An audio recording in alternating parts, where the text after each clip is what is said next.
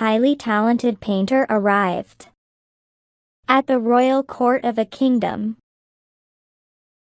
Everyone present in the court, including the king, was very impressed with his colorful paintings. They were really beautiful. The king ordered the painter to make his portrait. The portrait was ready in a few days. Everyone admired the skill of the painter. Then the king allowed him to make detailed pictures of the royal palace.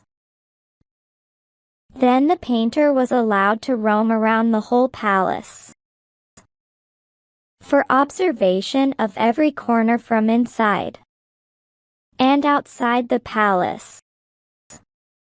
A few days passed by. Now the painter was ready with detailed pictures of the royal palace. He presented the pictures of the palace to the king.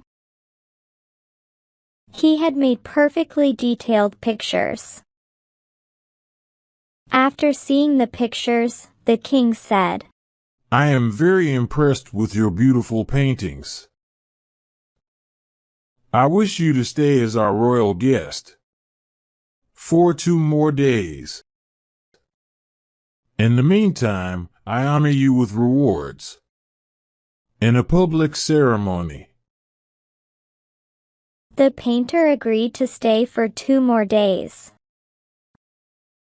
Then the function was held, and the painter was felicitated with many precious gifts. After the function was over, the painter went to his room and rested. The next morning, he was scheduled to leave. But to his surprise, when he got up, his paintings and the painting materials were missing.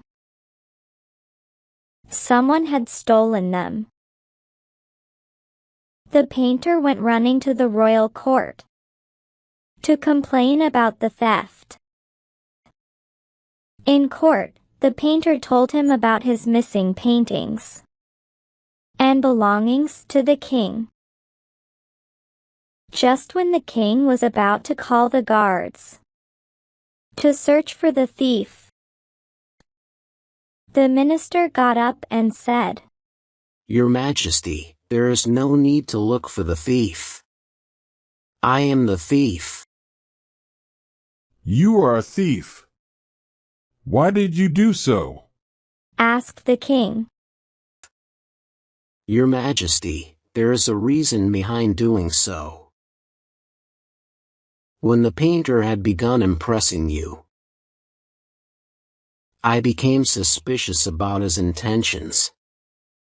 Then I sent my men to investigate. From their investigations, it was revealed that this man is a spy from our enemy kingdom. He had posed as a painter to know every detail of our royal palace. When he painted the picture of the palace, he drew a map of the entrances and exits of the palace. The belongings I stole also contain the map. I had stolen all his belongings to stop him from leaving the kingdom." When the king heard all this, he ordered the guards to put the painter immediately in prison. Thus, once again, the minister had protected the kingdom from destruction.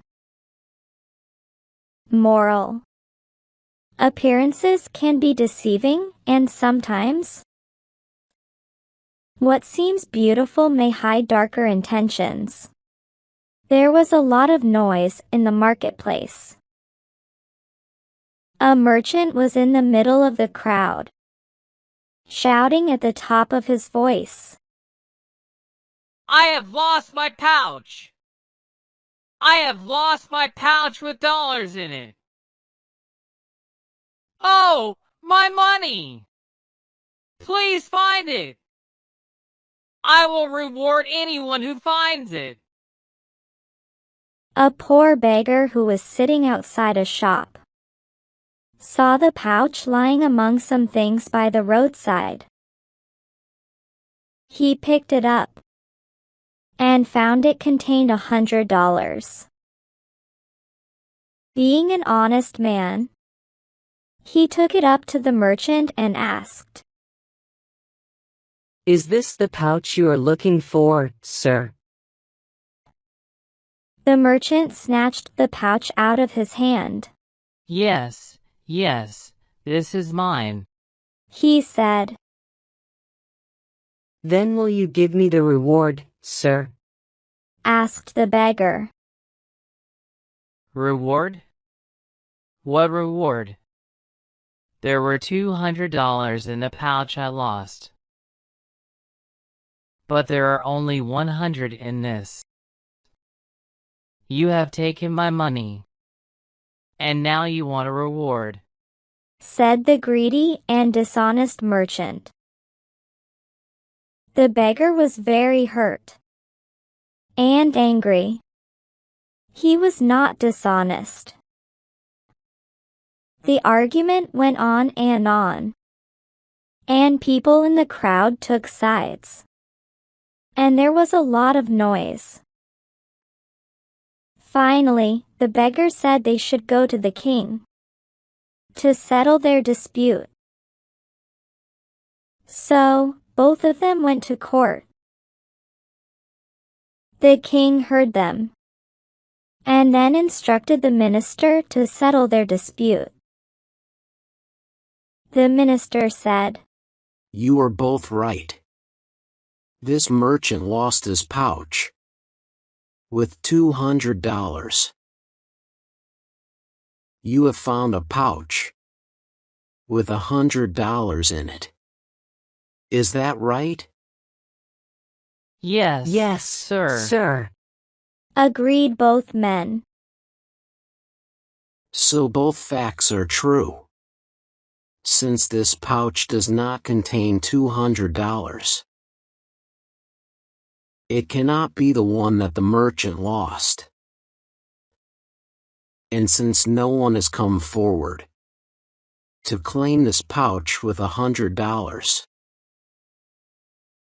it belongs to you as you found it. Saying this, the minister gave the pouch to the poor beggar, who smiled gratefully and took it, bowing low before the king and the minister. The greedy merchant stood stunned, because he had lost even his own $100. The king laughed at the justice the minister had meted out. The merchant had learned his lesson the hard way.